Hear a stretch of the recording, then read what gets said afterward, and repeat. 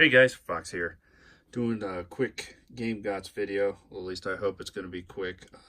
This is going to be mostly handheld stuff, but not the normal handheld stuff people normally collect for. I got this little craze of trying to find some really cheap and affordable uh, games for some kind of offshoot handhelds. But first, let's go ahead and take a look at some of the items that do not match the offshoot handhelds, which are a couple amiibos here I wanted to add to the collection that I saw. We got the Bowser Jr. one, which I think is pretty cool. I'll be ripping him out of the box though and putting him on display on the shelf, along with Young Link, which I like this one. I like Young Link from Ocarina of Time. I think it's a pretty good pose too. I like the Deku shield and all that. A couple limited run releases. I got Iconoclast. I heard this one is pretty fantastic. Can't wait to give this one a good shot. Whenever the hell I'll get to that, we'll see. And here's a little card that I got with it. And it's a pretty boring card. If you ask me, that's not a good one. Here's a game I've been waiting for. I'm not going to play it now. I think I'm going to save it for the Halloween time frame. And I'm showing you some hints of shit that's coming up here. I got a turn here. But anyways, that's Bloodstained Curse of the Moon. I know quite a few people probably pre-ordered this one, seeing it coming from limited run. This is, I hear, is quite a good game. I like this artwork here too. Very awesome. So I'm looking forward to playing this, but I think I will save it for the Halloween time frame, like I said before, and give me a good justification to stop some of the main games that I'm playing and pop this in along with a couple other horror or Halloween themed style games. Here's the card. This one's much better. Cool. My son is finally getting into video games a little bit, but he's a quirky little guy, and he loves the ABCs. So a game that I had when I was very little, about his age actually, was this here, Sesame Street ABC with Let Her Go Round and Ernie's Big Splash. Not a good game, but it was fun enough with the letters and stuff like that. It looks like shit, but it played fine. It wasn't bad, and I think he actually might get a kick out of it. So I found this complete in the box for stupid cheap. So I was like, it's worth giving it a shot, and it's something from my childhood and something to add to the NES collection.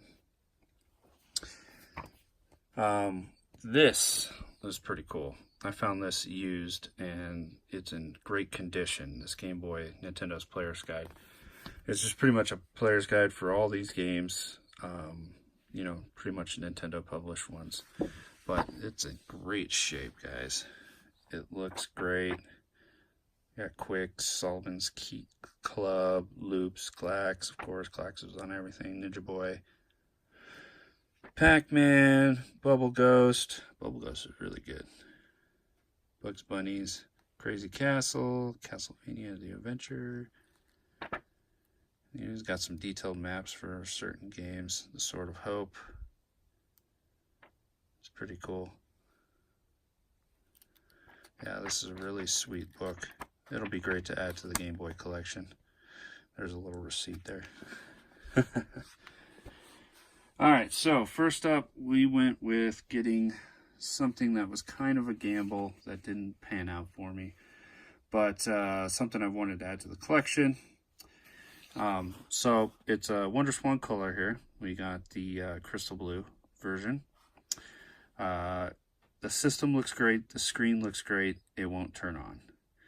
So I'm thinking about, and that was the gamble. I only paid $20 for this in the box. So that was a gamble worth taking, and we'll see if I can get it up and running. I'm going to try to pop it open, you know, clean the board, make sure there isn't any loose caps or anything like that, see if I can get it working. If not, I'll just have to buy another known working crystal blue Wonderswan color. And I can find those loose for a decent price, but getting the box and everything wasn't a bad choice. Unfortunately, I don't really have any games for it either, so I ordered one of those. That isn't in yet. I'll show it on the next video. But that's kind of an offshoot handheld.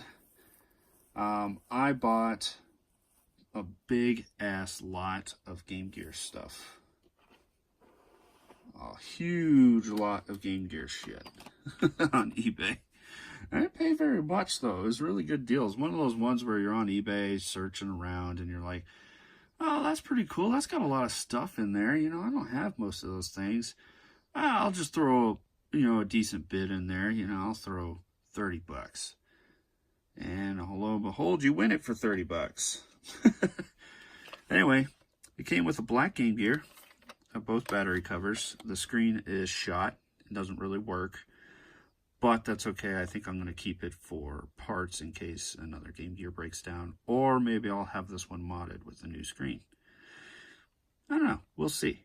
But a big thing is I'm waiting for Analog to release their Game Gear adapter for the Mega SG. That will be even awesome. More awesome than just using one of these battery hogs.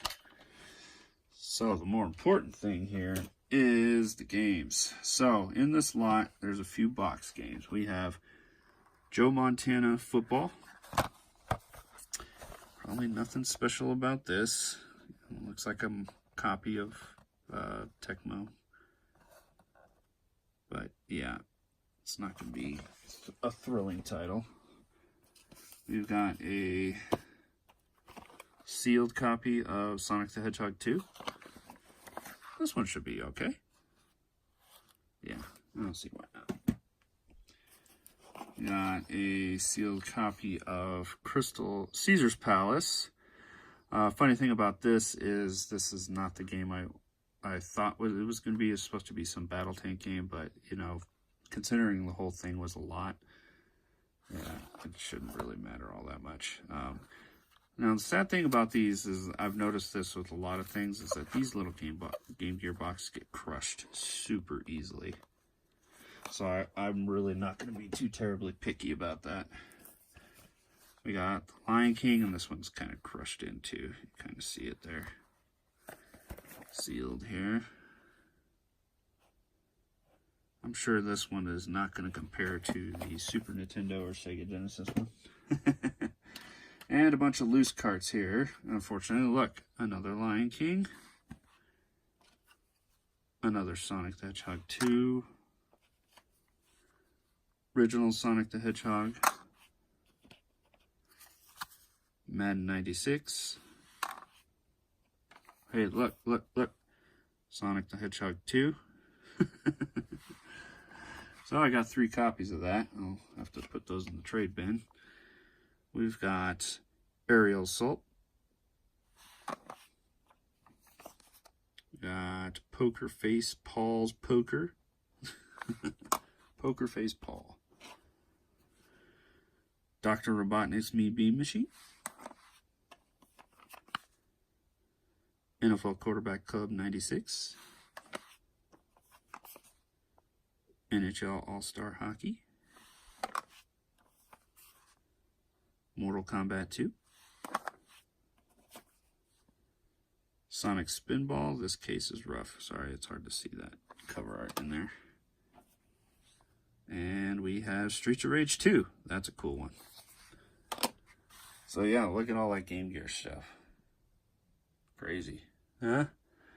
Yeah, I didn't spend a whole lot, but it's nice to build up the collection just a little bit. I really want to get the Shining Force game that's on the Game Gear, because I actually hear that game's actually really, really good, and it's much cheaper than the Sega CD re-release, so I may just buy a loose cart of that it'll still cost me about 50 bucks, but I think it'll be worth it, especially when that adapter comes out. I'm really starting to play through some of these and have some fun. It'll probably be good to have an actual really good Game Gear game. All right, last batch of stuff is from an offshoot handheld known as the N-Gage. Hey-ho! I was just perusing around, actually Amazon in most places, and found a bunch of N-Gage games, complete and or sealed, for stupid cheap. I'm talking less than $10. Some of them even like $2 to $3 a piece. So we've got The Sims busting out. This one is sealed.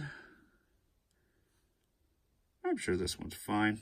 Of course, I have the first model N-Gage, but I think I need to get a new battery, and I can't find the charger for it. So I'm gonna have to peruse through Amazon again and get those pair of things.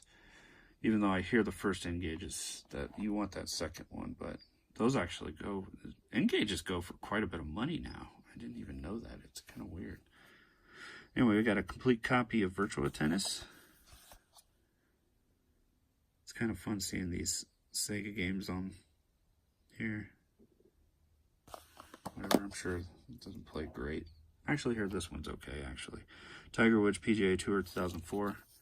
I heard this one's actually very playable, if you're into the golf games. Then we got Sonic N. More Sega. I don't know how well this is going to play. I mean, it can't be any worse than a Game Gear Sonic, because I know, like, your field of view is probably pretty damn small. Can't see very far in front of you. Interesting story about this one was I paid for a sealed copy of Pandemonium. I got this in, and unfortunately, let's open her up. No game. Came with a manual and stuff though, which is kind of good, I guess. So I contacted the seller. I wasn't expecting much. Like I said, I only paid a few bucks for this. You know, plus a few more dollars for shipping. And I just reached out to the seller, say, hey, I got a game, but it wasn't sealed like it said it was, and there was actually no game in it. Seller was really good. He reached back and was like, oh, that shouldn't have happened, man. That was a problem with the inventory. And then he's like, let me check my stock. And a few hours later, he's like, I found a sealed one. I'm sending it your way. And I got it 3 days later. Here's the sealed one. So awesome. I know there are some fans of Pandemonium. So that's all good. So yeah, I think that's everything. Anyways, guys, some you know, offshoot handhelds. Is that the right term I want to use? Not common, not well loved handhelds, maybe. N-Gage, Game Gear, little Wonder Swan. So those are my game gods, guys. All right, thanks for watching.